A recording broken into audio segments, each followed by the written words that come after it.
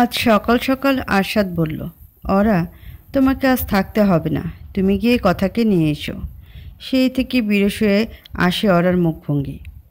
বিরস মুখে ড্রাইভ করে যাচ্ছে গাজীপুরের উদ্দেশ্যে। গাজীপুরের কিছুটা আগে আরশাদের একটা বাংলো বাড়ি রয়েছে। ডিভোর্সের পর থেকে কথাকে নিয়ে নওশীন সেখানেই থাকে। ঢাকা শহরের কোলাহল থেকে মুক্তি পেতেই নাকি এই নির্জনতাকে আবাস হিসেবে বেছে নেওয়া তার। তবে আরশাদ মনে করে ভিন্ন কিছু। আরশাদের ধারণা মেয়েকে তার থেকে দূরে রাখতেই গাজীপুরের স্থায়ী হওয়ার সিদ্ধান্ত নিয়েছে নওশীন।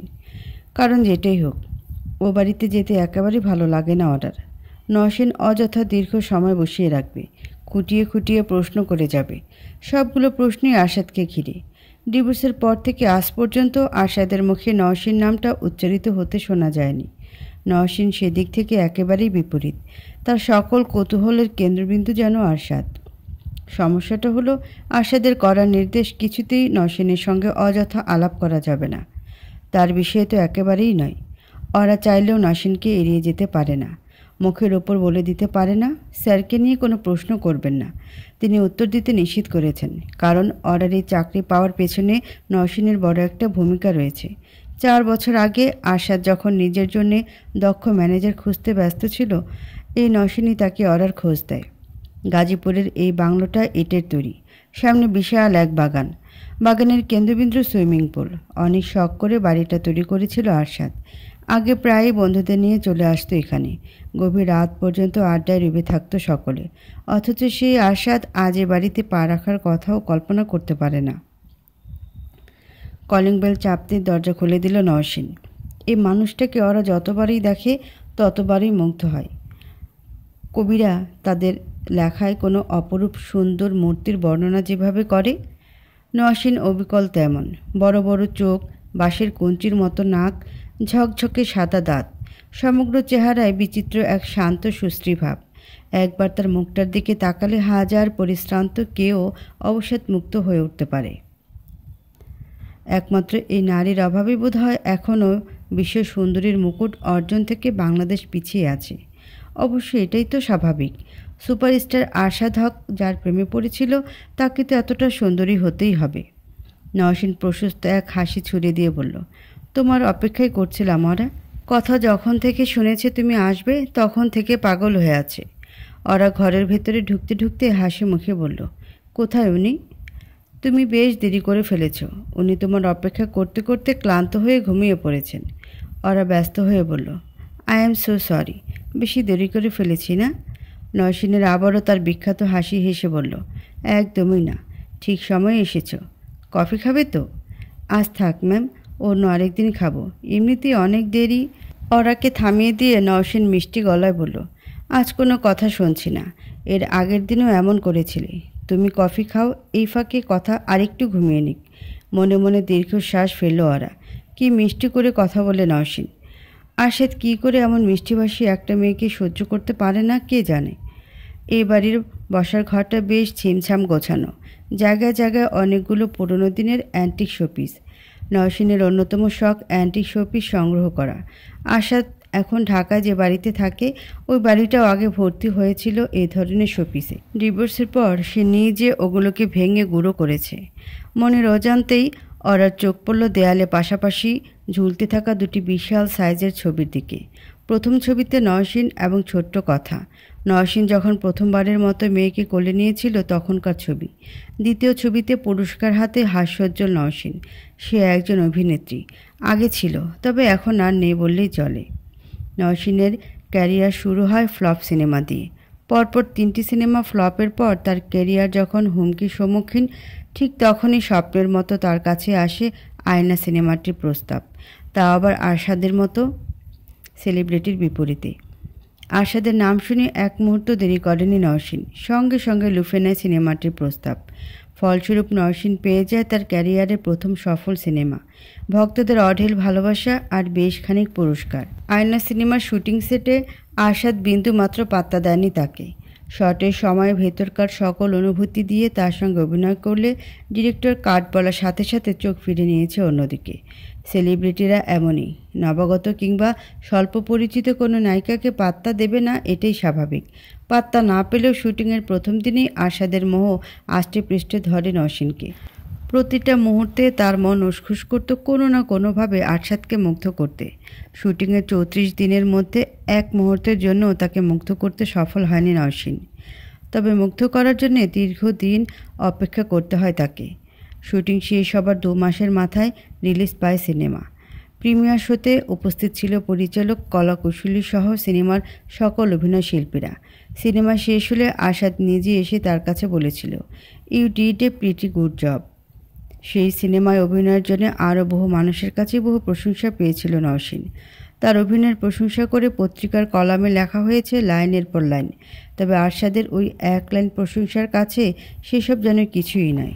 কোনো এক জুটির সিনেমা হিট হবে, কিন্তু তাদের নিয়ে দ্বিতীয় সিনেমা তৈরি হবে না, এটা তো হতে পারে না। আয়না সিনেমাটির প্রযোজনা প্রতিষ্ঠানই আরশাদ নওশিনকে নিয়ে দ্বিতীয় সিনেমার ঘোষণা করল। সিনেমার নাম প্রহর। তাদের প্রেমটা মূলত শুরু হয় সেই সিনেমার সেটেই। আজকের নারী বিদ্বেষী আরশাদের সঙ্গে তখনকার আরশাদের কোনো মিল নেই। সেই আরশাদ তখন মনে করত প্রকৃতি নারী পুরুষকে পৃথিবীতে পাঠিয়েছে সমান করে। পৃথিবীর উন্নয়নে দুজনেরই সমান অবদান। নারী পুরুষের পার্থক্য তো কেবল মানুষের তৈরি। সে মানুষটা আজ হঠাৎ এতটা বদলে গেল কী করে কে জানে। একসঙ্গে প্রথম সিনেমার শুটিংয়ের সময় আরশাদ নওশিনকে কোনো প্রকার পাত্তা না দিলেও দ্বিতীয় সিনেমার সেটে সব কেমন পাল্টে গেল।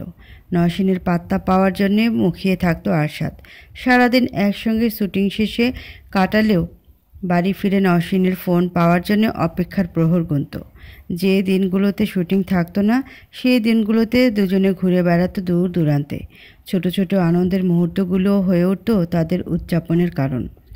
প্রথম দেখায় নওশিন আরশাদের প্রেমে পড়েছিল ঠিকই, তবে আরশাদ কখনও তার প্রেমে পড়েনি, ভালোবেসেছিল তাকে। প্রেম ব্যাপারটা ক্ষণস্থায়ী। মোহগ্রস্ত হলে মানুষ প্রেমে পড়ে, মোহ কেটে গেলে প্রেমও অদৃশ্য হয়ে যায়। কিন্তু ভালোবাসার ব্যাপারটা জোরালো। একবার কাউকে ভালোবাসলে সহজে সেই অনুভূতি থেকে নিস্তার মেলে না। প্রহর সিনেমাটা রিলিজের আগের দিন রাতে হুট করে নওশিনের কাছে ফোন আসে আরশাদের। নওশিন ফোনটা রিসিভ করতেই আরশাদ হড়বড় করে বলে, এই তুমি আমাকে বিয়ে করবে? এমনিতেই বেচারি সারাদিন সিনেমার প্রচার করে ক্লান্ত। তার উপরে এমন কথা শুনে দিক বেদিক শূন্য হয়ে পড়ে নওশিন। কাঁপা কাঁপা গলায় বলে, মানে বলতে পারবো না। বিয়ে করতে চাইলে হ্যাঁ বলো, না করতে চাইলে না বলো। করবে? আরশাদের জোড়াজুড়িতে বাধ্য হয়ে ঝোঁকের মাথা নওশিন বলে দেয়, হ্যাঁ করব। তাহলে বাইরে এসো, আমি তোমার বাসার নিচে ওয়েট করছি। আরশাদের সব কিছুতে অতিরিক্ত পাগলামি। তার পাগলামির মাঝে সেদিন রাতে বিয়ে হয়ে যায় তাদের। পরদিন সদ্য মুক্তিপ্রাপ্ত সিনেমার থেকেও বেশি আলোচনা হয় পর্দার জুটি সত্যিকারের জুটি হয়ে ওঠার গল্প নিয়ে। বিয়ের পর খুব একটা সিনেমা করা হয়নি নওশিনের। আরশাদের বিপরীতে একটা সিনেমা করেছিল, আরেকটা করেছিল নারী কেন্দ্রিক। কাজকে খুব একটা প্রাধান্য না দিয়ে সংসারী হয়ে উঠতে ব্যস্ত হয়ে পড়েছিল সে। এরপর কথা এলো, জীবনটা হয়ে উঠল আরও রঙিন, আরও আনন্দময়। আরশাদ হাজার ব্যস্ততার মাঝে থাকলেও পরিবারই ছিল তার সর্বপ্রথম প্রাধান্য। বিয়ের 4টি বছর দুজনের জন্যেই ছিল জাদুর মতো। জাদুকর যখন জাদু দেখায়, চোখের সামনে অবিশ্বাস্য সুন্দর সব কাণ্ড ঘটে। মন কিছুতেই বিশ্বাস করতে চায় না সেগুলো সত্যিই ঘটছে। তাদের জীবনটা ছিল ঠিক তেমনই। কোনো কিছুর কমতি ছিল না আরশাদের। দিন শেষে মনের মাঝে বিচিত্র এক পরিতৃপ্তি অনুভূত হতো। মনে হতো এই পৃথিবীতে তার থেকে সুখী কেউ নেই, বেঁচে থাকাটাই যেন সার্থক। তবে সেই সুখের জীবনে যে ঝড়ের পূর্ব শান্ত আবহাওয়া ছিল কে জানত। একদিন আচমকা এই সুন্দর জীবনে আসে প্রকাণ্ড কুৎসিত এক ঝড়। লণ্ডভণ্ড করে দেয় সাজানো গোছানো জীবনটাকে। পৃথিবীতে কাটানো এক একটি দিন যেখানে সার্থক মনে হতো, সেখানে আজ কেবল বেঁচে থাকার কারণ খুঁজে বেড়ায় আরশাদ এবং নওশিনের ডিভোর্স আজও রহস্যে ঘেরা। সেই দুজন ছাড়া কেউ জানে না ডিভোর্সের বিচ্ছেদের কারণ। গণমাধ্যম থেকে বহুবার তাদের কাছে কারণটি জানতে চাওয়া হয়েছে। আরশাদ প্রতিবার সে প্রশ্ন এড়িয়ে গেল। নওশিন বলেছে, দুজনেই সম্মতিতে আমরা আলাদা হয়ে গেছি। দুজনের সম্মতিতে এক হওয়া যায়, তবে আলাদা হওয়া যায় কি না কে জানে। নওশিনের এই উত্তর ভক্তমহলের বেশিরভাগেরই বিশ্বাস হয়নি। দুটো কফির মগ হাতে ফিরে এলো নওশিন। একটা কাপ অরার সামনে টেবিলের উপর নামিয়ে রাখতে রাখতে বলল, দেখো তো চিনি ঠিক আছে কি না। অরা কাপে ছোট্ট চুমুক দিয়ে মুচকি হেসে বলল, পারফেক্ট। নওশিনের অরার বিপরীতের সোফাটায় বসতে বসতে স্বাভাবিক গলায় বলল, তোমাদের শুটিং কেমন চলছে? মনে মনে দীর্ঘশ্বাস ফেলল অরা। এই ভয়টাই করছিল এতক্ষণ ধরে। শুরু হতে যাচ্ছে নওশিনের প্রশ্ন পর্ব। অরা বলল, ভালো চলছে ম্যাম। নওশিন মজার ছলে বলল, আকরাম ভাই অনেক গুণী ডিরেক্টর। আমার একেবারে প্রথম সিনেমাটার ডিরেক্টর ছিলেন তিনি। 25 লাখ টাকা খরচ করে বানানো হয়েছিল সিনেমাটা, আর আয় করে সব মিলিয়ে 4 লাখ। বেচারা লস খেয়ে আর দ্বিতীয়বার আমাকে সিনেমায় নিতে সাহস পায়নি। আপনার আর অভিনয় করতে ইচ্ছা হয় না ম্যাম? হয়তো মাঝে মাঝে ভীষণ ইচ্ছা হয়, আবার মাঝে মাঝে মনে হয় আমি যেন এই জীবনে কোনোদিন শুটিং সেটের মুখোমুখি না হই। কথার মাঝেই কেমন অন্যমনস্ক হয়ে উঠল নওশিন। তবে মুহূর্তেই সম্বিত ফিরে পেয়ে কৌতূহলী গলায় বলল, ভালো কথা। হঠাৎ করে সিনেমার নায়িকা বদলে গেল কেন? আগে তো শুনেছিলাম মেহেরিন কাজ করছে। ওরা স্বভাব সুলভ হেসে বলল, সেটা তো বলতে পারবো না ম্যাম। সম্ভবত প্রডিউসারের সঙ্গে কোনো ঝামেলা হয়েছিল। কোনো মানে হয়? একটা মেয়েকে সিনেমার আশা দেখিয়ে শেষ মুহূর্তে বাদ দিয়ে দেবে? এটা তো একজন অ্যাক্টরের ওপর অন্যায়। সাদ এটা মেনে নিল কি করে? বড় লোকদের ঠঙের মাথামুন্ডু বুঝতে পারে না ওরা। অমন কুৎসিত ডিভোর্সের পরও আরশাদকে সাদ ডাকতে হবে কেন কে জানে। ভাগ্যিস আরশাদ বিষয়টা জানে না, জানলে নির্ঘাত তুলকালাম কাণ্ড ঘটাতো। নওশিন অন্যরকম গলায় বলল, সাদ ভালো আছে? জি ম্যাম, স্যার ভালো আছেন। কথার অ্যাডমিশনের ব্যাপারটা জানিয়েছিলে ওকে? কথা গাজীপুরের একটা কিন্ডারগার্টেনই আপাতত শিক্ষাজীবন শুরু করেছে। তবে নওশিনের ইচ্ছা আগামী বছর থেকে তাকে ঢাকার নামিদামি একটি প্রাইভেট ইংলিশ মিডিয়াম স্কুলে পড়াবে। সেই স্কুলের কড়া নিয়ম, ভর্তির আগে অবশ্যই বাবা মায়ের ইন্টারভিউ নেওয়া হবে। বাবা মা পাশ করলে দ্বিতীয় ধাপে সন্তানের ইন্টারভিউ। ডিভোর্স হয়ে গেল এই সত্যি অস্বীকার করার কোনো উপায় নেই। আরশাদ এবং নওশিন কথার বাবা মা, নিজেদের মধ্যে সম্পর্ক যেমনই হোক, ছোট্ট একটা ইন্টারভিউ দিলে তো মহাভারত অশুদ্ধ হয়ে যাচ্ছে না। তবে আরশাদের এতে ঘোর আপত্তি। পরিষ্কার গলায় ওরাকে জানিয়ে দিয়েছে স্কুলে পড়বে বাচ্চা, ইন্টারভিউ বাবা মায়ের নেওয়া হবে কেন? যে স্কুলের নিয়ম কানুনই ঠিক নেই সেই স্কুলে আমার মেয়ের পড়ার দরকার নেই। এমন করার কথা নওশিনকে জানিয়ে কাজ নেই। বেচারি শুধু শুধু কষ্ট পাবে। ওরা কিছু একটা ভেবে জড়সড় কণ্ঠে বলল, বলেছিলাম ম্যাম, কিন্তু স্যার ইন্টারভিউয়ের জন্য সময় করে উঠতে পারবেন না। নওশিন মেয়েকে হাসি দিয়ে বলল, কিন্তু আমি তো বলিনি কোনো দিন ইন্টারভিউ দিতে হবে। ওরা চুপ করে রইল।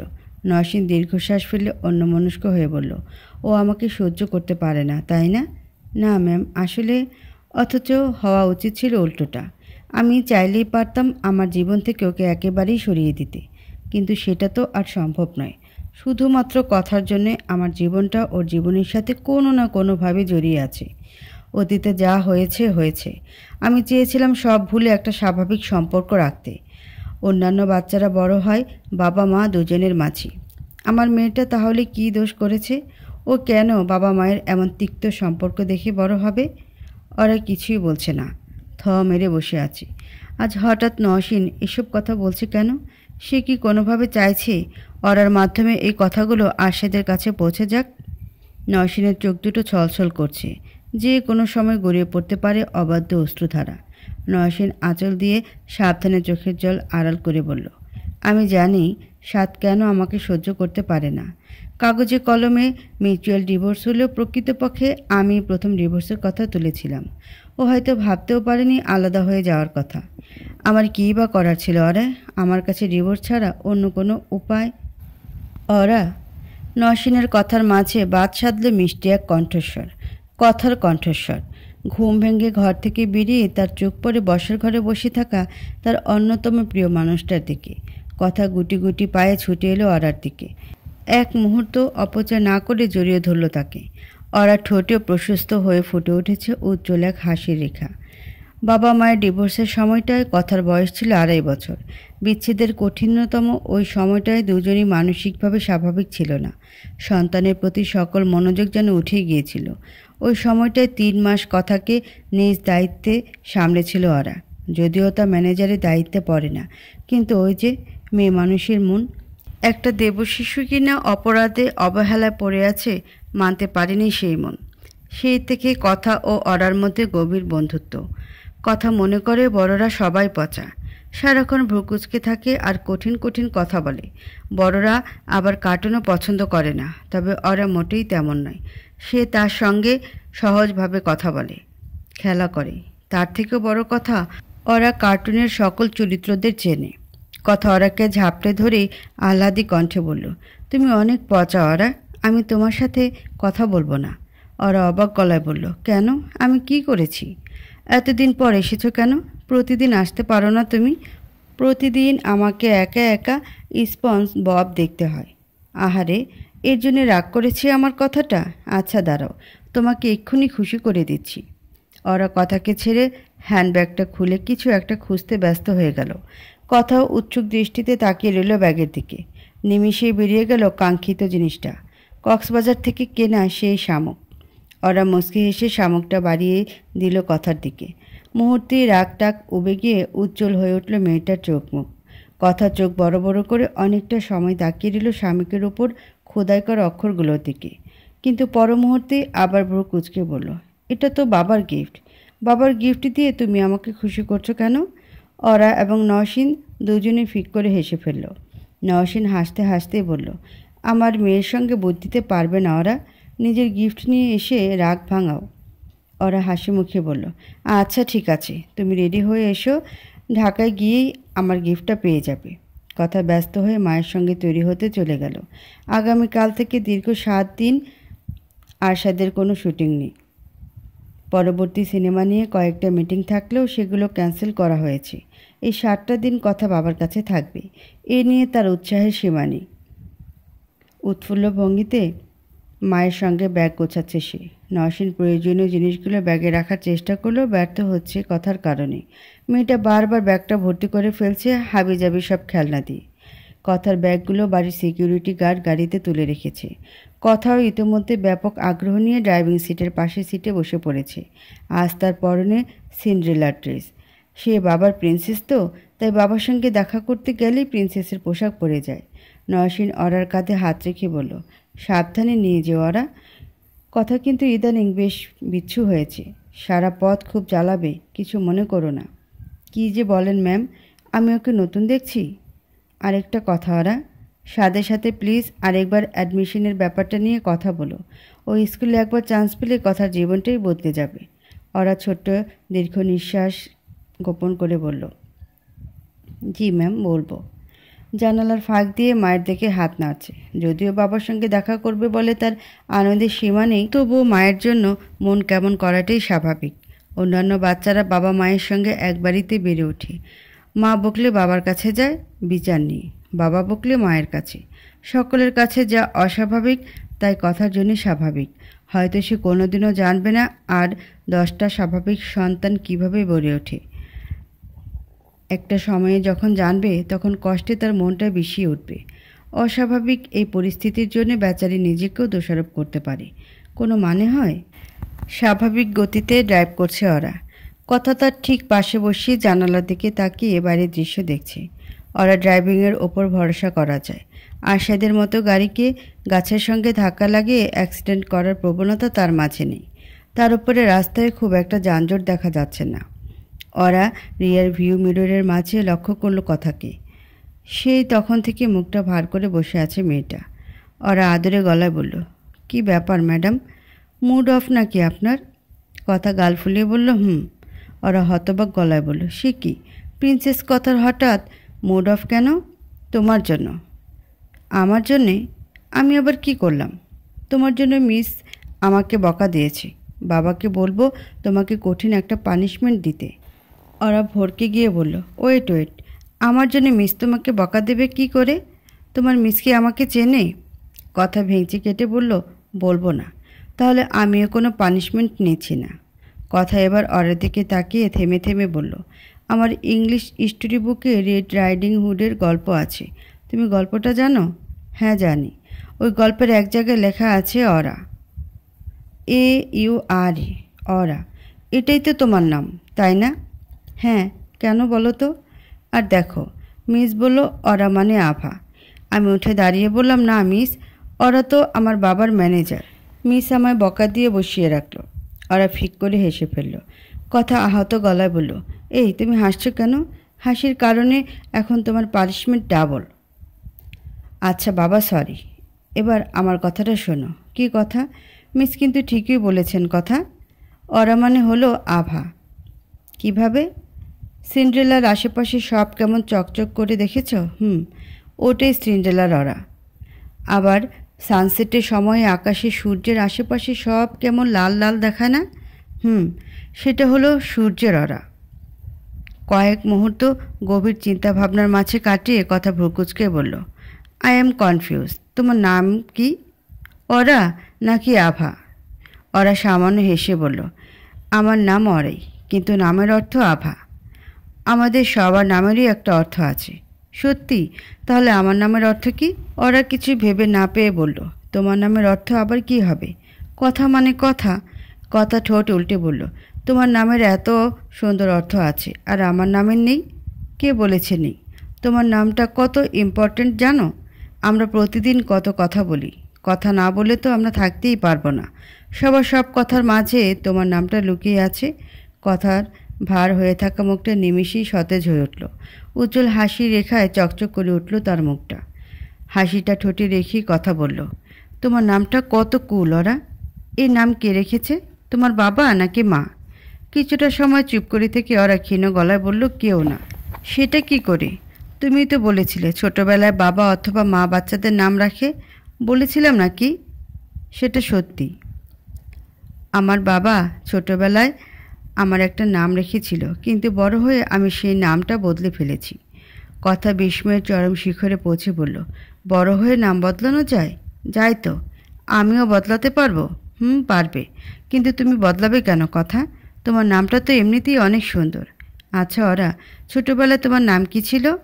প্রশ্নটা কেমন যেন অন্যমনস্ক হয়ে গেল ওরা। তীব্র বর্ষণের সময় একের পর এক জলের ফোঁটা যেমন প্রচণ্ড গতিতে আছড়ে পড়ে ধরণীর বুকে, ঠিক সেই গতিতে চোখের সামনে দিয়ে বয়ে গেল একের পর এক দৃশ্য, একের পর এক স্মৃতি। কথা ব্যাকুল কণ্ঠে বলল, ও ওরা, বলো না। ওরা সম্বিত ফিরে পেয়ে বলল, কি বলবো সোনা? ছোটবেলা তোমার নাম কি ছিল?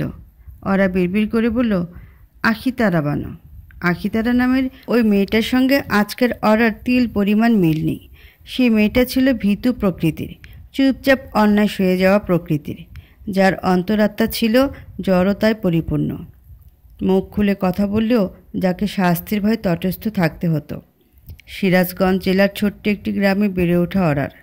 মাটির তৈরি ঘরে বাবা মায়ের সঙ্গে ছিল বসবাস তার। বাবা হাফিজ মিয়া ছিলেন সামান্য এক মুচি। বাজারে মানুষের জুতা সেলাই করে যেতটুকু অর্থ উপার্জন করতেন তাই দিয়ে সংসার চালাতেন। শৈশবটা তাই আখির কেটে যায় দারিদ্র্যের মাঝেই। ঈদে নতুন জামা হিসেবে যা পেত তা ছিল কেবলমাত্র গ্রামের চেয়ারম্যানের মেয়ের পুরনো জামা। মাসে 2 মাসে একবার যে ভালো খাবার জুটত তাও ছিল অন্যের দান করা ছদকার মুরগি। এমন দারিদ্র্যের মাঝেও লেখাপড়ার প্রতি ওরার ছিল তীব্র আকর্ষণ। মেধাবী ছাত্রী ছিল বলে হয়তো প্রতি পরীক্ষায় সকলে থেকে বেশি নম্বর পাওয়া তার নেশা হয়ে দাঁড়ায়। তার পড়াশোনা নিয়ে হাফিজ মিয়ার ছিল ঘোর আপত্তি।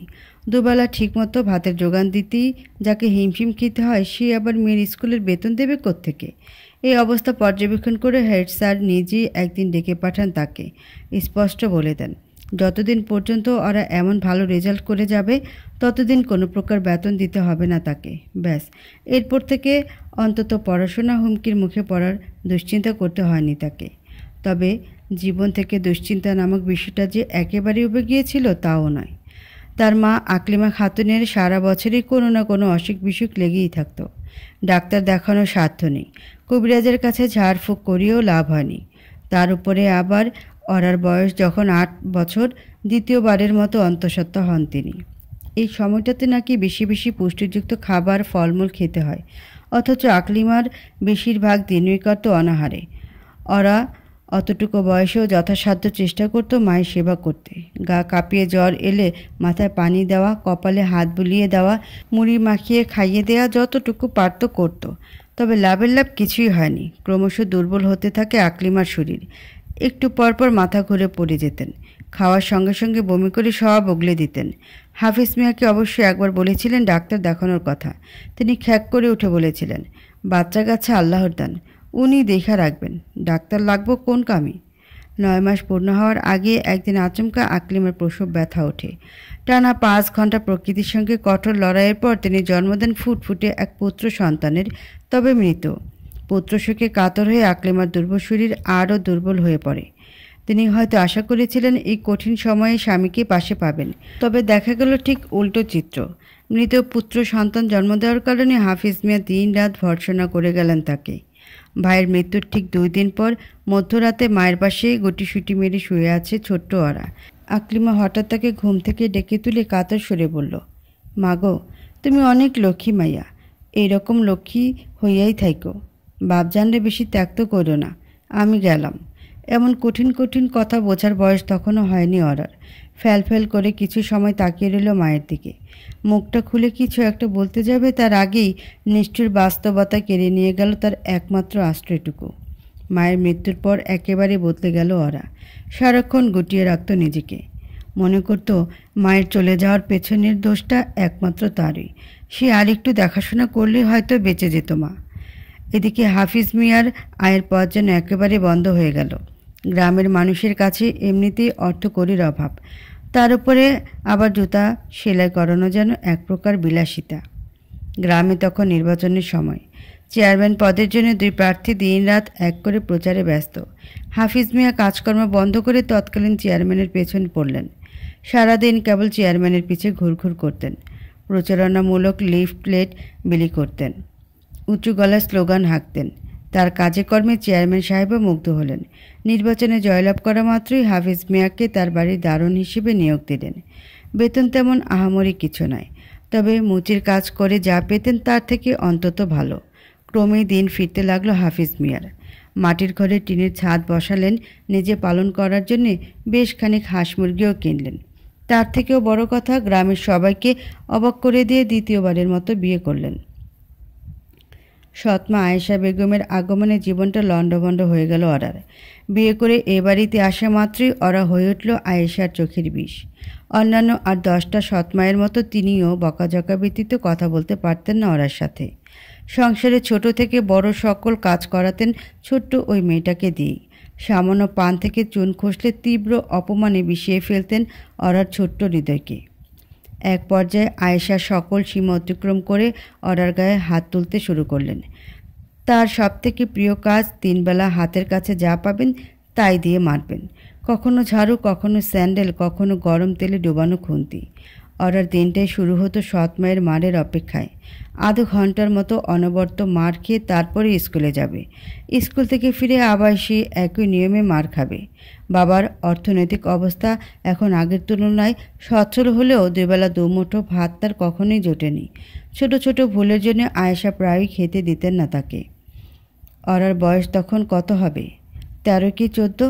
অন্যায়ের প্রতিবাদ করার মতো বয়স তার হয়েছে, তবুও চুপ মেরে পড়ে থাকতো এক কোণে। সবটাই তার নিয়তি বলে মেনে নিয়েছিল মেয়েটা। হাফিজ মিয়া এখানে নীরব দর্শকের ভূমিকা পালন করছেন। তার চোখের সামনে বহুবার মার খেয়েছে ওরা। প্রথম বাবার কাছে বিচার দিতে যেত ওরা।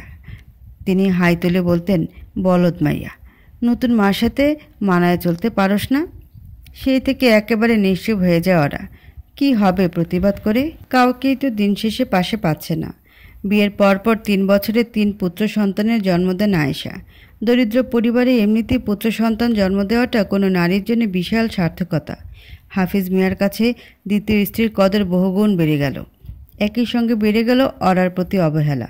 ছোট ছোট ভাইগুলোর দেখাশোনায় ওরার সমস্ত দিন পার হয়ে যেত। আয়েশা বাচ্চাদের তার কাছে রেখে চলে যেতেন পাশের বাড়িতে সিরিয়াল দেখতে। ওরা মনে মনে কেবল একটাই প্রার্থনা করত, বাচ্চাগুলো যেন দ্রুত ঘুমিয়ে পড়ে। তাদের ঘুম ছাড়া ওরার কোনো প্রকার অবসরের অবকাশ নেই। এত সব ঝামেলার মাঝে স্কুলে যাওয়া একেবারেই কমে যায় তার। তবুও পড়াশোনা থেকে পিছিয়ে থাকেনি ওরা। দিনভর সংসারের কাজ আর ভাইদের সামলানোর পর রাতে যখন সবাই ঘুমিয়ে পড়তো তখন চুপি চুপি বই নিয়ে বসত সে। মনে সারাক্ষণ ভয়, এই বুঝি নতুন মা জেগে গেল, এই বুঝি শুরু হলো তার নির্মম অত্যাচার। ভাগ্যিস কোনো রাতে জেগে যায়নি। এইভাবে হাজার বাধা পেরিয়ে এসএসসি পরীক্ষা দেয় ওরা। পরীক্ষার পুরো সময়টা তো এমন রাত জেগে জেগে পড়তে হয়েছে তাকে। সৌভাগ্যবশত কোনো কষ্টই বিফলে যায়নি। পরীক্ষায় অনবদ্য রেজাল্টের পাশাপাশি পেয়ে যায় মেধাবৃত্তি। বৃত্তির টাকা আর হেড স্যারের সহযোগিতায় ওরা কলেজে ভর্তি হয়ে যায়। কলেজের ভর্তির ব্যাপারটা বাড়ির কাউকে বুঝতে দেয়নি। জানিয়েছে এসএসসিতে ফেল করেছে বলে আবারও ক্লাস 10-এ থাকতে হবে। এমনিতেও তার পড়াশোনার ব্যাপারে বরাবরই ঘোর আপত্তি ছিল হাফিজ মিয়ার। মেয়ে মানুষকে আবার এত পড়ালেখা করতে হবে কেন? কোনোভাবে যদি বুঝে ফেলতেন অরার কলেজে পড়ার ব্যাপারটা, তাহলে সঙ্গে সঙ্গে বিয়ে ঠিক করে ফেলতেন। কলেজের 2 বছর কোনো ক্রমে পার হয়ে গেলেও শেষ রক্ষা আর হলো না। এইচএসসি পরীক্ষার কয়েকদিন আগে বিষয়টা জানতে পারেন হাফিজ মিয়া। তার ক্রোধের সঙ্গে যুক্ত হয় আয়েশার অত্যাচার। খুন্তি দিয়ে মারতে মারতে অরাকে বাড়ি থেকে বের করে দেন তিনি। অরা যে বিষয়টাতে খুব মর্মাহত হয়েছিল তাও নয়, মনে মনে বরং খুশিই হয়েছিল। পরীক্ষার কয়েকটা দিন নির্বিঘ্নে কাটানো যাবে। তার আশ্রয় জুটল রাইসা নামের এক বান্ধবীর বাড়িতে। রাইসার মা মলিনা বেগম অত্যন্ত আন্তরিক প্রকৃতির নারী। যে কটা দিন অরা তার কাছে ছিল মনে হয়েছিল যেন মায়ের আদরে চেয়ে আছে তার অন্তরাত্মা। পরীক্ষা শেষ হওয়ার কিছুদিন পরেই হঠাৎ রাইসাদের বাড়িতে আগমন ঘটে হাফিজ মিয়া এবং আয়েশা বেগমের। আয়েশা বাড়িতে পা রাখার সঙ্গে সঙ্গে অরাকে জড়িয়ে ধরে হাউমাউ করে কান্না জড়িয়ে দিলেন। হাফিজ মিয়ার চোখ দুটো ছলছল করছে। এ বুঝি টপ টপ করে গড়িয়ে পড়ল কয়েক ফোঁটা অশ্রু। হাফিজ মিয়া অরার মাথায় হাত রেখে অনুতপ্ত সরে বললেন, মারে, আমার বুক খালি করে তুই অন্যখানে আয়া পড়লি?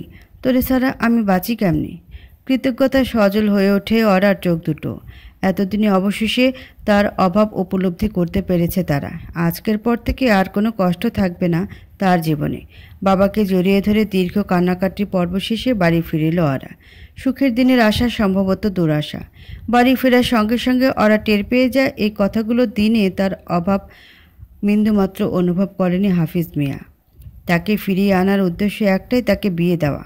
আয়েশা বেগম পান চিবোতে চিবোতে পাত্রের গুণগান গেয়ে বললেন, বুঝলি আখি, তোর জামাই বিশাল বড় লোক, মেলা ধানি জমি আছে, গঞ্জে নাকি একটা হোটেলও আছে, ভাতের হোটেল। তোর রান্ধনের ভেজাল নাই, 3 বেলা হোটেল থেকে খাওয়ান আসবো। তুই যে বাড়িতে থাকবি সেটা জামাইয়ের নিজের বাড়ি, পাকা বাড়ি, তোর বাপের মতো টিনের ঘর না। একটাই ঝামেলা, জামাইয়ের বয়স একটু বেশি, এই ধর 40-50। তাতে কি হয়েছে? বুড়ো জামাইয়ের অনেক সুবিধা আছে, দেখবি তোরে সোনা সোনা করে রাখবো। অরার পায়ের নিচ থেকে যেন মাটি সরে যাওয়ার উপক্রম। যে মেয়েটা ছোট্ট এই গ্রামে হাজার দারিদ্রতার মাঝেও দেশকে বদলে দেওয়ার স্বপ্ন দেখে, সে কি করে পারবে বৃদ্ধ একটা লোককে বিয়ে করে ঘর সংসার সাজাতে? এই প্রথমবারের মতো বুকে সাহস সঞ্চয় করে ওরা বাবার সামনে দাঁড়িয়ে কম্পিত সুরে বলল, আমি বিয়ে করব না। তৎক্ষণাৎ হাফিজ মিয়া মেয়ের গালে প্রচণ্ড এক চর বসিয়ে দিয়ে বললেন, বেদ্যপ মাইয়া, বিয়া করবি না মানে? কাইলই তোর বিয়া। 2 দিন ঘরের বাইরে থাইকা পাংখা গজাইছে না? মাইয়া মানুষের পাংখা থাকুন ভালো না। মেয়ে মানুষের পাখা গজাবে কি করে?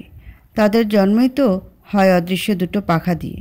এই জন্যে মেয়ে মানুষ একবার ওরা সংকল্প করলে বাধা দেওয়ার সাধ্য কারণেই। ওরাকে টেনে হিঁচড়ে তালাবদ্ধ করে রাখা হলো বাড়ির পেছন দিকের ঘরটাতে। বাড়ি জুড়ে উৎসবের আমেজ। ছোট ছোট ছেলেমেয়েরা রঙিন কাগজ দিয়ে ঘর সাজাচ্ছে। কম বয়সী মেয়েরা একে অপরের হাত রাঙিয়ে দিচ্ছে মেহেদির লালে। ব্যান্ড পার্টিকে খবর দেওয়া হয়েছে, অনবরত বাজনা বাজিয়েই যাচ্ছে তারা। এই সবই করা হয়েছে সোহাবুদ্দিনের খরচে। সোহাবুদ্দিন পাশের গ্রামের অন্যতম ধনী ব্যক্তি। টাকার গরমে যেন মাটিতেই পা পড়ে না তার। ওরার এইচএসসি পরীক্ষার সিট পড়েছিল তার গ্রামে। নিয়মিত যাওয়া আসা মেয়েটাকে চোখে পড়ে তার। এক দেখাতেই পছন্দ হয়ে যায়। আর দেরি না করে মেয়েটার বাবা মায়ের কাছে পাঠিয়ে দেন বিয়ের প্রস্তাব। সম্পত্তির লোভে দিশেহারা হয়ে হাফিজ মিয়াও লুফে নেন সেই প্রস্তাব। চিরকাল অন্যায় সহ্য করে আসা ওরার ধৈর্যের বাঁধ এবার ভেঙেছে। অদৃশ্য ডানা দুটো মিলে আকাশ উড়ে বেড়ানোর সংকল্পে স্থির হয়ে আছে তার মন। রাতের দিকে শুরু হলো ব্যান্ড পার্টির বাজনা। এদিকে বদ্ধ ঘরে ওরা অতিষ্ঠ হয়ে পড়েছে মুক্তির আশায়। দুশ্চিন্তাগ্রস্ত হয়ে ঘরের ভিতরে পায়চারি করতে করতে হঠাৎ চোখ পড়ল জিনিসটার দিকে। এই ঘরের বিছানার একটা পায়া ভেঙে গেছে বহু আগেই। নড়বড়ে বিছানাটা সমতল করে রাখার জন্য হাফিজ মিয়া ভেঙে যাওয়া পায়াটির নিচে এক টুকরো ইট রেখে দেয়। ওরা তার দুর্বল শরীরে বহু কষ্টে টেনে বের করল সেই ইটের টুকরো। এরপর আর কি, ঘরের ভিতর থেকে তালা বরাবর অনবরত আঘাত করে যাচ্ছে ওরা। মনের মাঝে একরাশ ভয়, যদি ইটের শব্দে কি ওইদিকে চলে আসে, যদি নতুন মা কোনোভাবে বুঝে যায় সে পালানোর চেষ্টা করছে, রাগে ক্ষোভে নির্ঘাত মেরে ফেলবে তাকে। তবুও কোনো কিছুর পরোয়া না করে সাবধানে আঘাত করে গেল ওরা। ঘণ্টা দেড়েক পর ধপ করে একটা শব্দ ভেসে এলো ঘরের বাইরে থেকে। দরজার ফাঁক থেকে ওরা ভয়ে ভয়ে দেখল তালাটা ভেঙে পড়ে আছে মেঝেতে। হাজার যন্ত্রণার মাঝে বিজয়ের হাসি ফুটে উঠল ওরার ঠোঁটে। সকলে বাড়ির সামনের দিকটায় গা নিবুদ হয়ে আছে। সুযোগটা কাজে লাগিয়ে ওরা ছুটে চলে যায় পুকুরের ঘাটে। পুকুরটা বাড়ির পেছন দিকে। সে ঘরটাতে তাকে বন্দি করে রাখা হয়েছিল তার ঠিক পুরোপুরি। ওরা 7-5 না ভেবে ঝুপ করে ঝাঁপ দিল পুকুরে। অমাবস্যার ঘুটঘুটে রাতের পুকুরে সাঁতার কাটা সহজ ব্যাপার নয়। ভয়ে সমস্ত শরীর কেঁপে ওঠার কথা। তবুও নির্ভয়ে পুকুর পাড়ি দিয়ে ওপারে পৌঁছে গেল।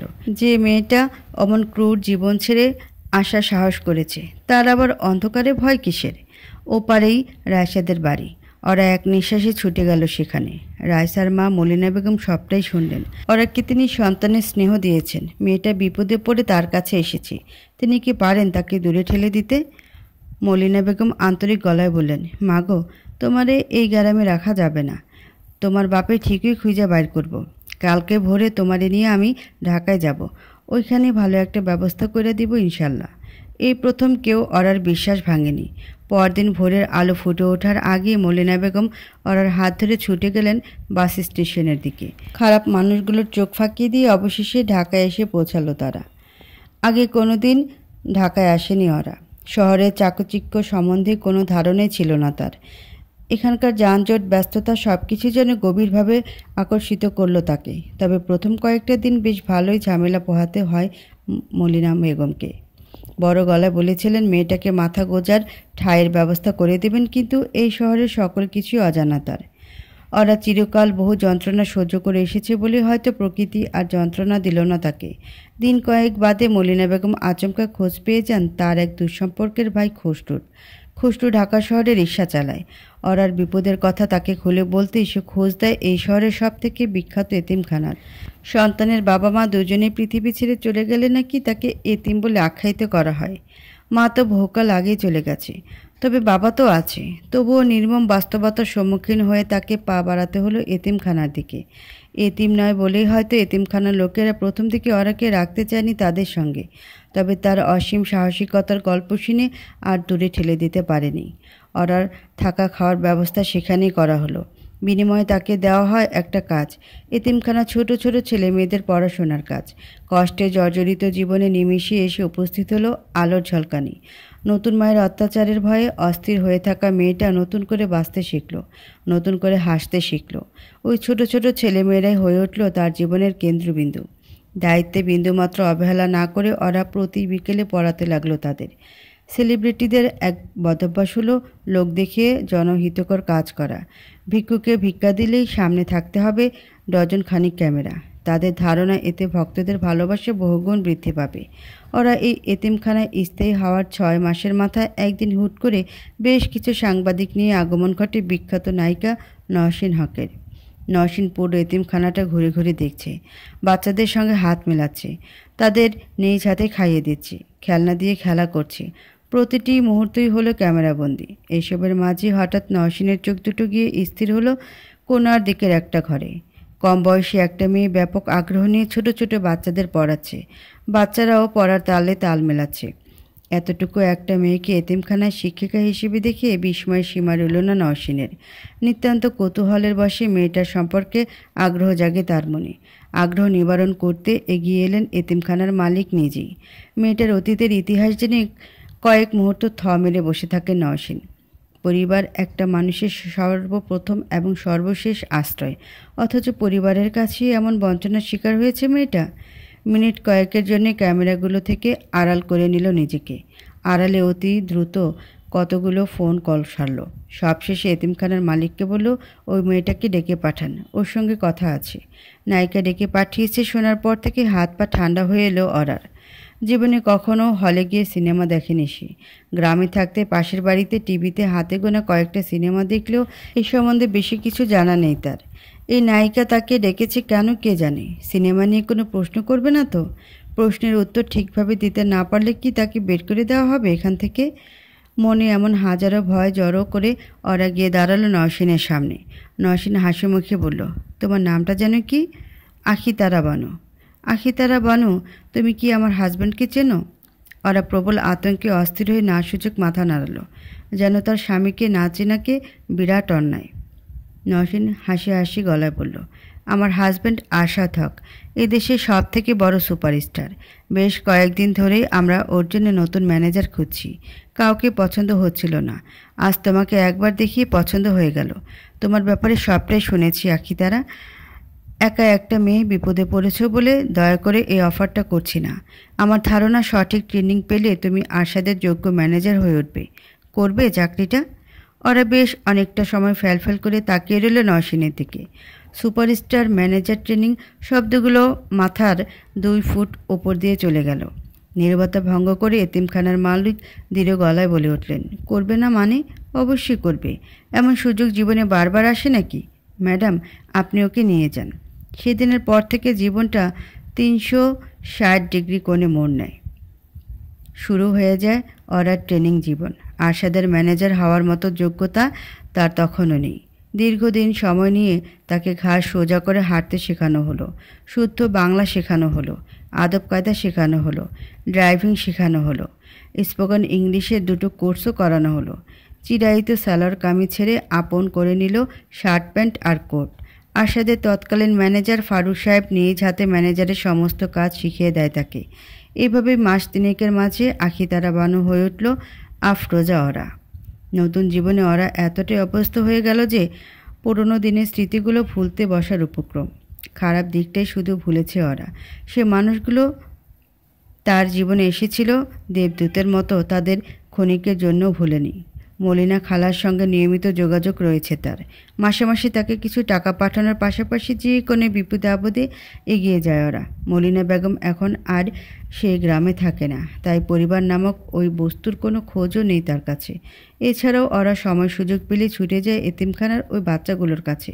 সকলে এখন বেশ বড় হয়ে গেলেও তাদের আখি আপাকে চিনতে বিন্দুমাত্র অসুবিধা হয় না।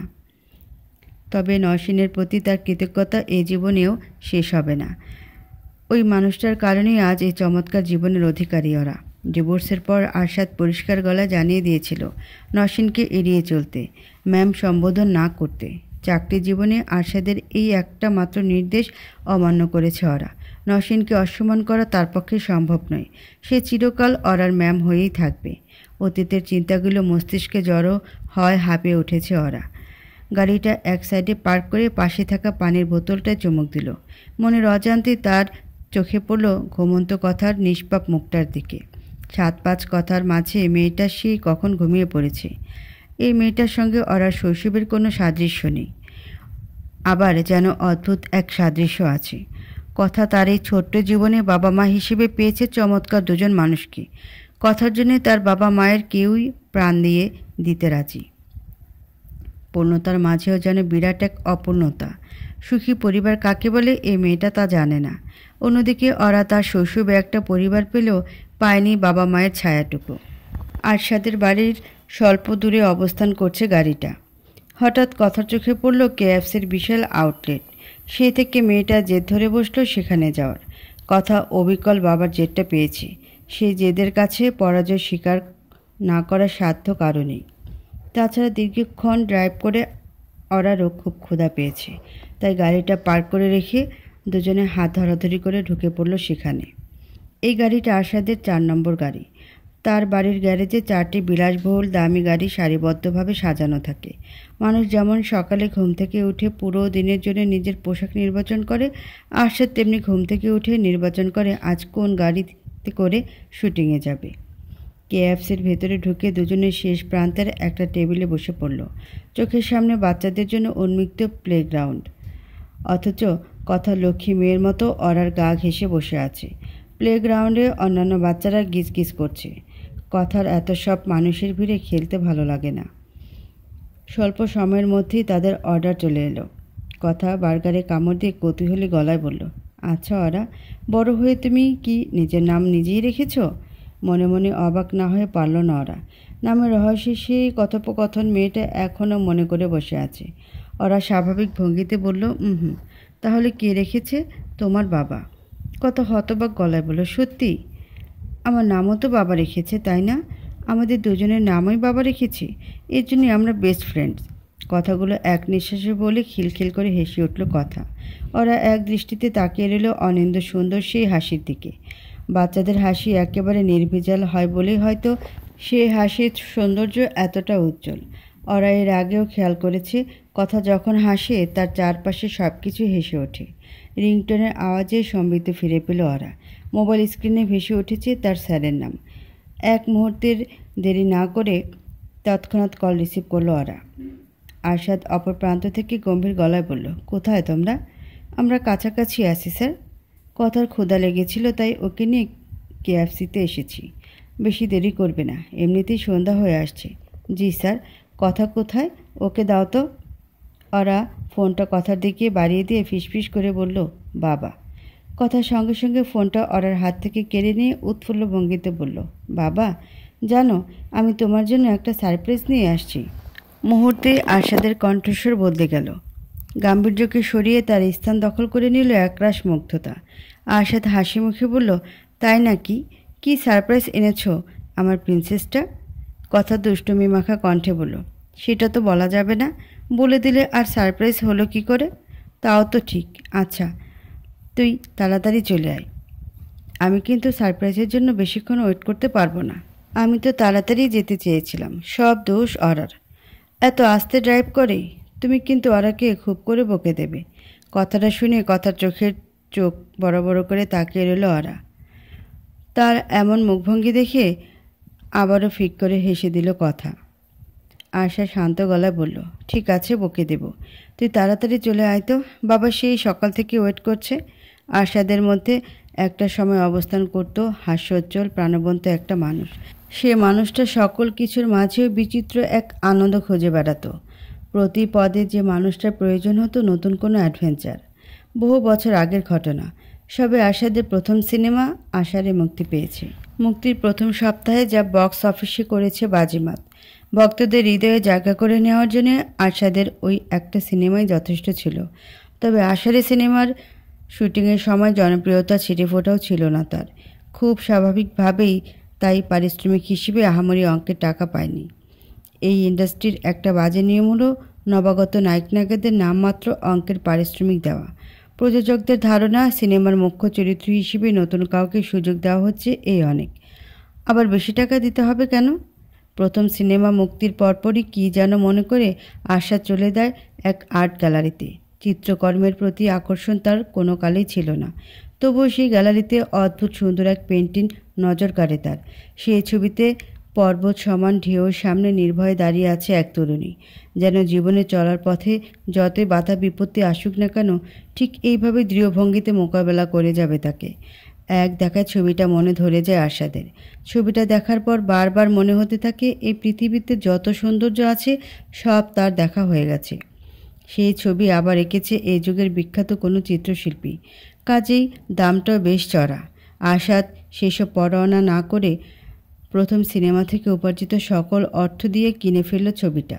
পর মুহূর্তে মনে হলো বিরাট বোকামি হয়ে গেল। সকলে তাকে দেখবে সিনেমার পর্দায়। তার বসার ঘরে ঝুলন্ত পেন্টিং কেউ দেখতে আসবে না। উচিত ছিল টাকাগুলো বুদ্ধি খাটিয়ে খরচ করা। পেন্টিং কেনার ফলে অর্থের অভাবে পরবর্তী সিনেমার কস্টিউম জোগাড় করতে হিমশিম খেতে হয় তাকে। নিজের পাগলামির জন্য সেবারে প্রথম ঝামেলা পড়তে হয়নি তাকে।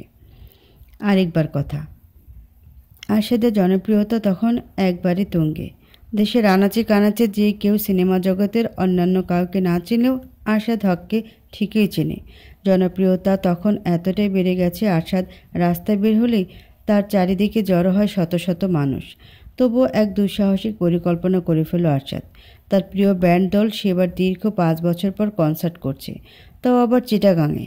যে ব্যান্ডের গান শুনে আরশাদ বড় হয়েছে, সরাসরি তাদের গান শোনার সুযোগ হাতছাড়া করার প্রশ্নই ওঠে না। তবে সমস্যা হলো সুপারস্টার আরশাদ কনসার্টে গেলে কেউ আর গান শুনবে না, সকল দর্শক তার পেছনেই পড়ে যাবে। অ্যাডভেঞ্চারের ভয় না পাওয়া আরশাদ স্কুল জীবনে 3 জন বন্ধুদের নিয়ে কনসার্টের দিন সকাল সকাল প্লেনে করে পৌঁছে গেল চিটাগাং। পরিকল্পনা হলো সে কনসার্টে প্রবেশ করবে মাথায় ক্যাপ, চোখে সানগ্লাস আর মুখে মাস্ক পরে। এমন আবরণ ভেদ করে কারোর চিনতে পারার কথা নয় তাকে। হলোও ঠিক তাই। আরশাদ ছদ্মবেশে জনসাধারণের মাঝে দিয়ে হেঁটে যাচ্ছে, অথচ কেউ তাকে চিনতে পারছে না। চার বন্ধু নিজেদের মতো একটা জায়গা করে নিয়ে দাঁড়িয়ে পড়ল। দীর্ঘ অপেক্ষার অবসান ঘটিয়ে শুরু হলো গানের পর্ব। আনন্দে উল্লাসে আত্মহারা হয়ে উঠল আশাদের সমস্ত অন্তরাত্মা। কোনোদিন ভাবতেও পারিনি নিজের সব থেকে প্রিয় গানগুলো এইভাবে সরাসরি শোনার সুযোগ হবে। দীর্ঘ সময় গলা মেলালো শিল্পীদের সঙ্গে, তবুও বিন্দুমাত্র ক্লান্ত হলো না। উচ্ছ্বাসে ডুবে গিয়ে বন্ধুদের সঙ্গে কথা বলতে বলতে কয়েক সেকেন্ডের জন্য চোখ থেকে সানগ্লাসটা খুলে হাতে নিয়েছিল আশাদ। যদিও সঙ্গে সঙ্গে তা ফিরে গিয়েছিল তার চোখে, তবুও যেন বেশ দেরি হয়ে গেছে। অঢেল জনস্রোতের মাঝে কারো নজরবন্দি হয়ে যায় ওই চোখ দুটো। সুপারস্টার আরশাদ হককে চেনার জন্যে তার চোখ দুটি যথেষ্ট। ব্যাস, বেঁধে গেল মহাবিপত্তি। চলন্ত গানের মাঝপথে দর্শকের স্রোত একসঙ্গে অগ্রসর হলো আরশাদের দিকে। 100 মানুষের ভিড়ে বেচারাকে খুঁজে পাওয়া যেন দুঃসহ হয়ে উঠেছে। ভক্তরা চারিদিক থেকে ঘিরে রেখেছে আরশাদকে। কনসার্টের নিরাপত্তা নিয়োজিত সকল সিকিউরিটি গার্ড তাকে বের করে আনার চেষ্টা করেও ব্যর্থ হচ্ছে বারবার। সময়ের পরিস্থিতি যে মানুষকে কতটা বদলে দিতে পারে, আরশাদকে না দেখলে বোঝার উপায় ছিল না। অ্যাডভেঞ্চার প্রিয় ওই মানুষটা কোথায় যে হারিয়ে গেছে। সব কিছুতেই বাড়তি আনন্দ উচ্ছ্বাস খুঁজে বেড়ানো আরশাদ নিজের অজান্তেই কেমন নিশ্চুপ হয়ে গেছে। একসময় ব্যান্ডের গানের জন্য যে মানুষটা পাগল হয়ে থাকতো, তার আজ পুরো একটা গান শেষ করার ধৈর্য নেই। আগে হুটহাট কিছু একটা পছন্দ হলে কিনে ফেললেও এখন আর সে ইচ্ছা নেই। আরশাদের অন্যতম আরেকটি শখ হলো বই পড়া। ক্লাস 10 থেকে শুরু হয়েছে তার বই সংগ্রহের অভ্যাস। সেই থেকে তার সংগ্রহ করা শত শত বই স্থান পেয়েছে বাড়ির বিশাল লাইব্রেরিতে। আগে হাজার ব্যস্ততার মাঝে হুটহাট লাইব্রেরি ঢুকে বই নিয়ে বসে পড়তো আরশাদ। এমনও হয়েছে রাত পেরিয়ে ভোর হয়ে গেছে অথচ তার পড়া শেষ হয়নি। আজ বছর পেরিয়ে গেল সেই আরশাদ নিজের হাতে গড়ে তোলা লাইব্রেরিতে যায় না। পৃথিবীর সব কিছুই যেখানে আরশাদকে মুগ্ধ করতে ব্যস্ত, সেখানে তার মুগ্ধতার একমাত্র উৎস কথা। সকল প্রিয় জিনিসের প্রতি আগ্রহ নিস্তেজ হয়ে গেলেও এই একটা মানুষের প্রতি আগ্রহ তার দিন দিন বেড়েই যাবে। কথাই তার বেঁচে থাকার একমাত্র অনুপ্রেরণা। লম্বা সময় গাড়ির ভিতর থেকে চুলগুলো এলোমেলো হয়ে গেছে কথার। ওরা তাই লেডিস ওয়াশরুমের প্রকাণ্ড আয়নার সামনে যত্ন নিয়ে আশ্রয় দিচ্ছে তার চুলগুলো। এই ফাঁকে কখন যে একটা মেয়ে এসে তাদের পাশে দাঁড়িয়েছে কে জানে। মেয়েটা উৎফুল্ল ভঙ্গিতে বলল, ওহ মাই গড, ও আরশাদ হকের মেয়ে না? ওরা চমকে উঠে মেয়েটার দিকে তাকিয়ে বলল, জি না, আপনার কোথাও ভুল হচ্ছে। আমার ভুল হচ্ছে না, আমি আরশাদের ইনস্টাগ্রামে ওর ছবি দেখেছি। আমি কি ওর সাথে একটা সেলফি তুলতে পারি প্লিজ? ওরা প্রকুচকে বলল, না, বাচ্চাটার প্রাইভেসি বলেও তো একটা কথা আছে। অপরিচিত সে মেয়েটি তবুও জোরাজুরির ভঙ্গিতে বলল, প্লিজ একটা সেলফি দিয়ে আমার ফলোয়ার বেড়ে যাবে। ওরা কথাকে কোলে নিতে নিতে বলল, আই এম সরি। আর এক মুহূর্ত দেরি না করে কথাকে নিয়ে বেরিয়ে এলো ওরা। খ্যাতি ব্যাপারটা দূর থেকে বেশ মোহনীয় বলে মনে হয়, তবে খ্যাতির পেছনে চাইলে আপন করে নিতে হবে খ্যাতির বিড়ম্বনাকেও। ভক্তদের অঢেল ভালোবাসা পারে একটা মানুষকে খ্যাতির চূড়ান্ত শিখরে অধিষ্ঠিত করতে। তবে এই ভক্তরাই মাঝে মাঝে ভুলে যায়, সেলিব্রিটি হলেও দিন শেষে তারাও মানুষ, তাদের ব্যক্তিগত জীবন আছে। গাড়িটা বাড়ির সামনে এসে থামল সন্ধ্যা 7টা নাগাদ। কথার উচ্ছ্বাস উত্তেজনা সকল সীমা ছাড়িয়ে গেল। ওরা গাড়ির দরজা খুলে দিতেই মেয়েটা ছুটে গেল বাড়ির দিকে। এতক্ষণ দরজার কাছেই দাঁড়িয়ে কথার অপেক্ষা করছিল আরশাদ। এতগুলো দিন পর মেয়েকে দেখে বুকটা ধক করে উঠল তার। ক্রমে বড় হয়ে যাচ্ছে কথা। শৈশব মানব জীবনের শ্রেষ্ঠতম সময়, অথচ এই সময়টা যেন চোখের পলকে অতিবাহিত হয়ে যায়। কেন যে মানুষের শৈশবটাকে ধরে রাখা যায় না? বাবাকে দেখে আনন্দে আত্মহারা হয়ে কথা এক লাফে তার কোলে উঠে পড়ল। দীর্ঘ প্রতীক্ষার অবসান ঘটিয়ে অবশেষে পূর্ণতা পেল আরশাদের শূন্য বুকটা।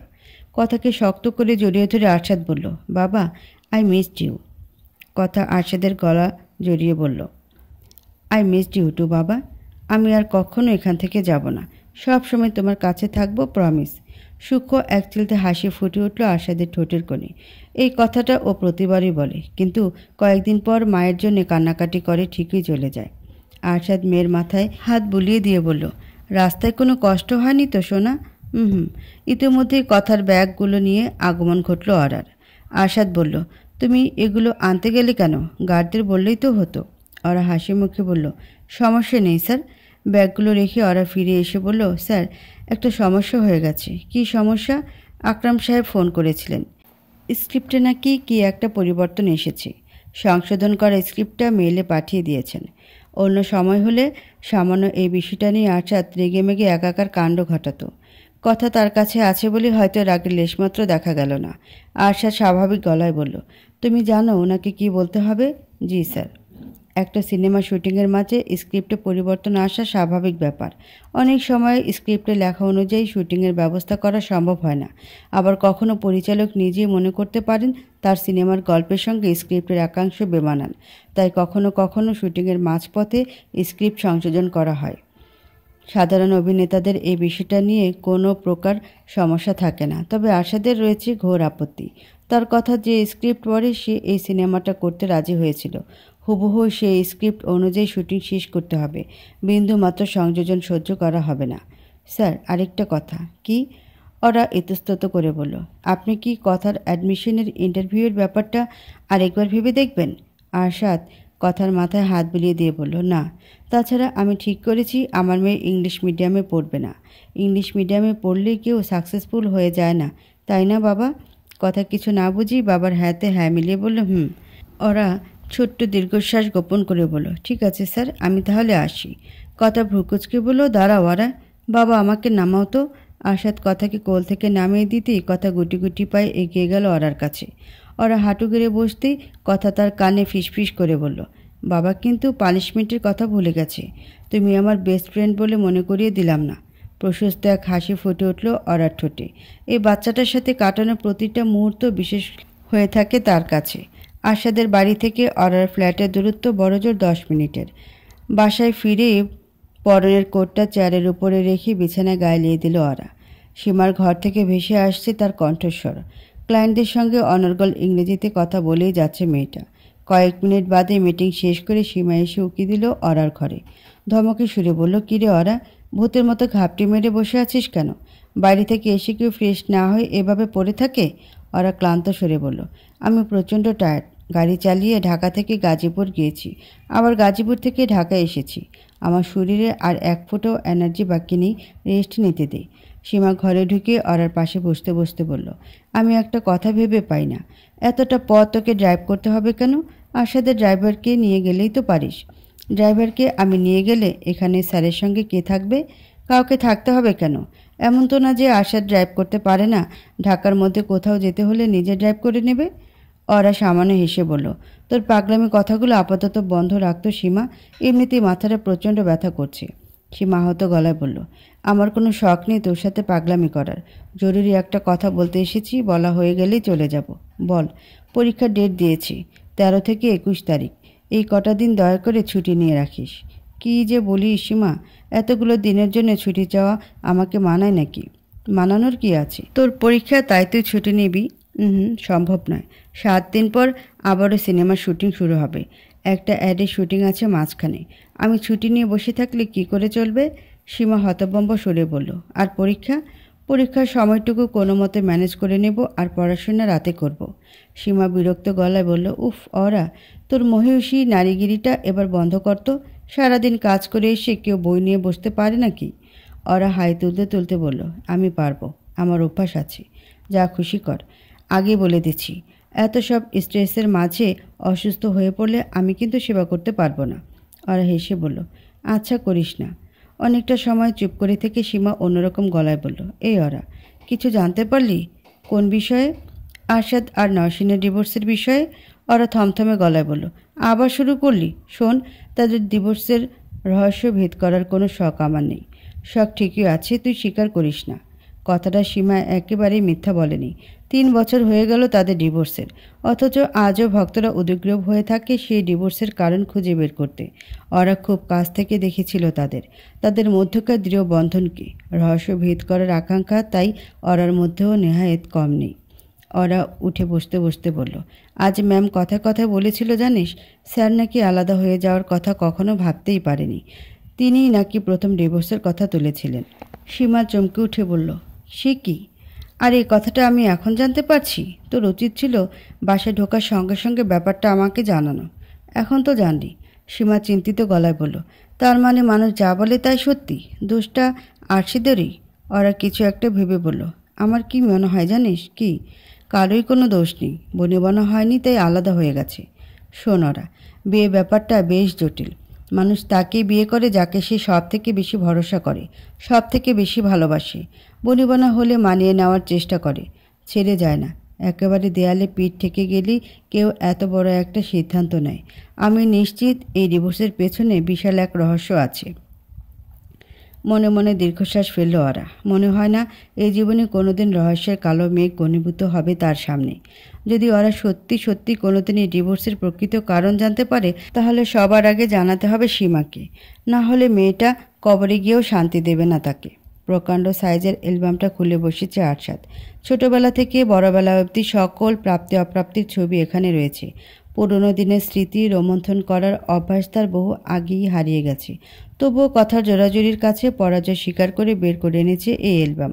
পাতা উল্টাতে উল্টাতে একটা ছবি চোখে পড়ল কথার। কোনো একটা সিনেমার প্রচারে ব্যস্ত আরশাদ। বিশাল মঞ্চের ওপর দাঁড়িয়ে মাইক হাতে কী যেন বলছে। তার সামনে ভক্তদের অঢেল স্রোত। কথা অবাক গলায় বলল, আচ্ছা বাবা, সবাই তোমাকে এত ভালোবাসে কেন? আরশাদ কিছু ভেবে না পেয়ে বলল, আমি যে কথার বাবা এর জন্য। কথা একগাল হেসে বলল, সত্যি? সত্যি। ভালো কথা। আমার সারপ্রাইজটা কোথায়? সারপ্রাইজের লোভ দেখিয়ে নিজে ভুলে গেছিস? কথায় কপালে হাত দিয়ে বলল, তাই তো ভুলেই গেছিলাম। দাঁড়াও, এক্ষুনি দিচ্ছি। আমার ব্যাগটা খুলে দাও তো বাবা। আরশাদ প্রিন্সেস আঁকা ছোট্ট সুটকেসটা খুলতেই কথা কি যেন একটা খুঁজতে ব্যস্ত হয়ে পড়ল। অবশেষে কাঙ্ক্ষিত জিনিসটা খুঁজে পেতে তার ঠোঁটে ফুটে উঠল অনিন্দ সুন্দর হাসি। কাঙ্ক্ষিত সেই জিনিসটি ভাঁজ করা একটা কাগজ। কথা কাগজটা আরশাদের হাতে ধরিয়ে দিতেই সে কৌতূহল আর আগ্রহ নিয়ে ভাঁজ খুলতে ব্যস্ত হয়ে পড়ল। কাগজে কথা ছোট্ট হাতে আঁকা একটা ছবি। ছবিতে কথা বাবার সাথে ডিজনিল্যান্ডে বেড়াতে গেছে। তোমার পছন্দ হয়েছে? আরশাদ মেয়ের কপালে চুমু খেয়ে বলল, অনেক পছন্দ হয়েছে। থ্যাংক ইউ বাবা। তো ডিজনিল্যান্ডে যেতে ইচ্ছে করে? জানো বাবা, আমি টিভিতে দেখেছি ডিজনিল্যান্ডে নীল রঙের বড় একটা ক্যাসেল আছে। সেই ক্যাসেলে সিন্ড্রেলা থাকে। একটা এয়ার বেলুনও আছে। সেখানে মিকি মাউসের সব ক্যারেক্টাররা থাকে। আরশাদ কয়েক মুহূর্ত মুগ্ধ দৃষ্টিতে কথার দিকে তাকিয়ে থেকে বলল, তাই নাকি? তাহলে তো নেক্সট টাইম কথা আর বাবাকে ডিজনিল্যান্ডে বেড়াতে যেতে হবে। কাজের ফাঁকে দীর্ঘ অবসর পেলে আরশাদ মেয়েকে নিয়ে দেশের বাইরে বেড়াতে যায়। এই যেমন গত মাসে দুজনে বেরিয়ে এসেছে মালদ্বীপ থেকে। সেখানে জলের নিচের হোটেল দেখে বিস্ময়ের সকল সীমা ছাড়িয়ে গেছে কথার। হোটেলের ভেতরে সে বাবার সঙ্গে হেঁটে বেড়াচ্ছে, আর স্বচ্ছ কাচের অপর প্রান্তে নীলরঙা জলে সাঁতরে বেড়াচ্ছে নানান প্রজাতির মাছ। বাবার সঙ্গে ঘুরে বেড়ানোর এই মুহূর্তগুলো কথার সবচাইতে প্রিয়। ডিজনিল্যান্ডে যাওয়ার কথা শুনে কথা এক লাফে আরশাদের গলা জড়িয়ে তার গালে চুমু দিয়ে বলল, থ্যাংক ইউ বাবা, thank you. You are the best.